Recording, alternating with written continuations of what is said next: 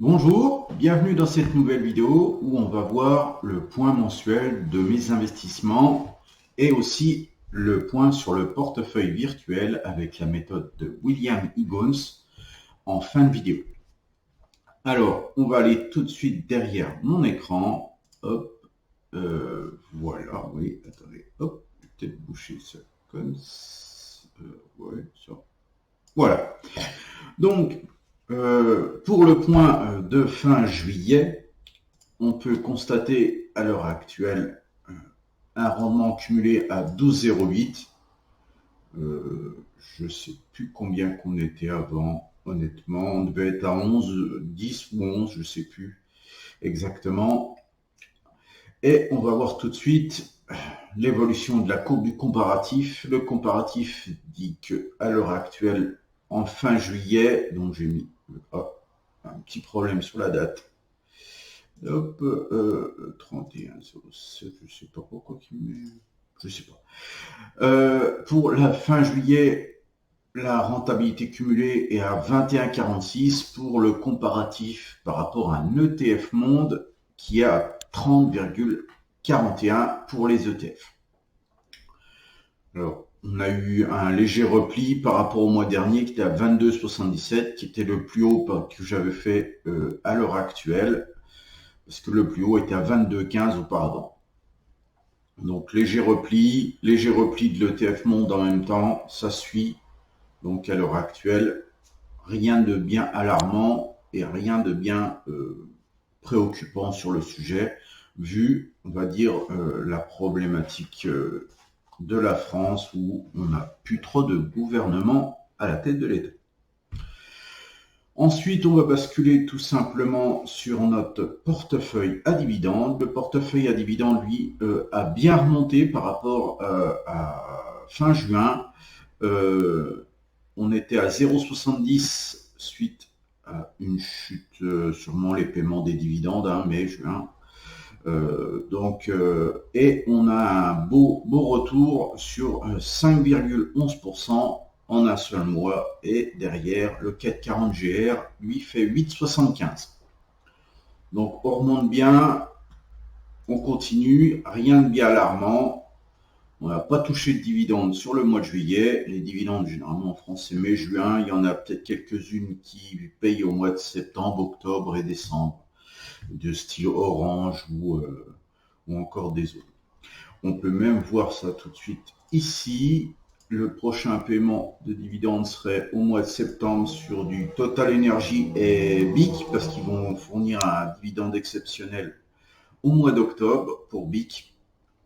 Donc ce sera prochain paiement de dividendes septembre.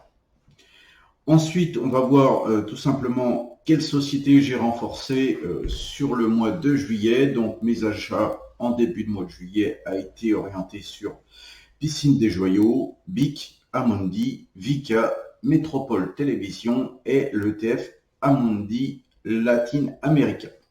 Alors pourquoi l'ETF? L'ETF avait pris une belle claque, j'avais un écart de 10%, donc j'ai décidé de renforcer exceptionnellement avec 5, hop, on va faire comme ça. Hop, voilà, 5 achats pour moyenner mon prix à la baisse sur l'ETF Latin américain. Alors, dans cette analyse, c'est tout simplement l'écart que j'avais par rapport à mes achats du mois d'avant. Donc, si on va sur notre portefeuille à dividendes, c'est tout simplement, voilà, si on reprend du Métropole Télévision, c'était à la baisse, Piscine des Joyaux aussi. Exclusivement sur le renforcement des sociétés à la baisse qu'on a ici. Donc rien de bien préoccupant. Donc à l'heure actuelle, côté dividendes, ça n'a pas bougé. On est à 332,47 € de dividendes. Pour 2024, je pense qu'en fin d'année, on sera à 350, quelque chose comme ça. Et le renforcement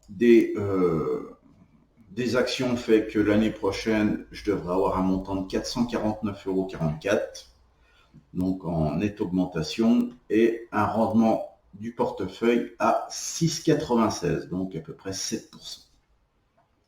de rendement sur le portefeuille. Même si mes actions ne performent pas, j'aurai 7% de rendement l'année prochaine. Donc, on va voir ça tout de suite pour ce qui est du portefeuille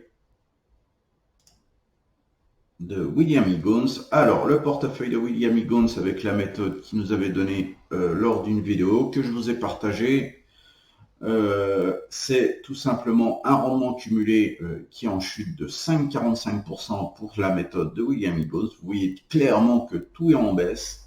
Par rapport au mois dernier, on avait les semi-conducteurs qui tenaient un peu la chute, qui résolvaient un peu la chute, qui maintenait un petit bout de performance, et suite aux résultats qui ont dû être publiés, on a une chute de tout ce qui est semi-conducteur, société à semi-conducteur, qui fait que je suis en baisse de 5,39% pour mon portefeuille et celui de William Higgins, le portefeuille un dividende d'expansion Europe, lui qui reste à moins 3,26. Donc à l'heure actuelle, sur ce mois-ci, c'est le portefeuille à William Higgins qui performe, parce que je pense que dans son portefeuille, il n'y a pas de semi-conducteur de mémoire.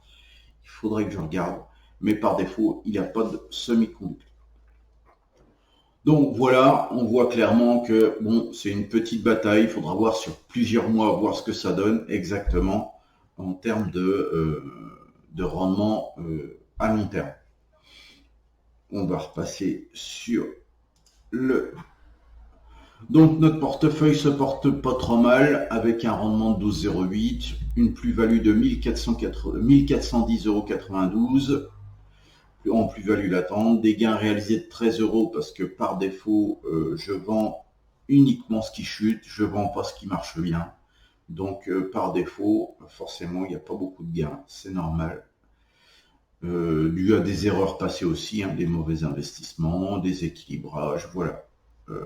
Donc par défaut, pas beaucoup de rendement sur cette année en gains réels. Je pense qu'il y en aura plus l'année prochaine. Là, on devra avoir un rendement de 400 ou 500 € réel qui tombera, qui fera augmenter la balance des gains réalisés et qui va faire augmenter la part d'investissement parce que le but est de réinvestir la totalité des dividendes. On voit bien que la répartition de portefeuille est quasiment normale. On est à 50% de dividendes et voilà, aux alentours de 50% pour le portefeuille ETF. La répartition géographique qui est Europe à 62%, États-Unis à 34%, qui mériterait avoir un peu plus d'États-Unis pour réduire la partie Europe. Je pense qu'il est trop pondéré sur mon portefeuille, dû à une grande majorité de sociétés européennes, voire françaises, pour les actions en dividendes, ce qui fait que par défaut, on grossit plus la partie Europe que la partie États-Unis, sachant que j'ai des ETF sur l'Europe comme le BNP Paribas Stock 600 et la Tech 600. Donc forcément, on a une plus grande portion de l'Europe dans le portefeuille, ce qui est normal.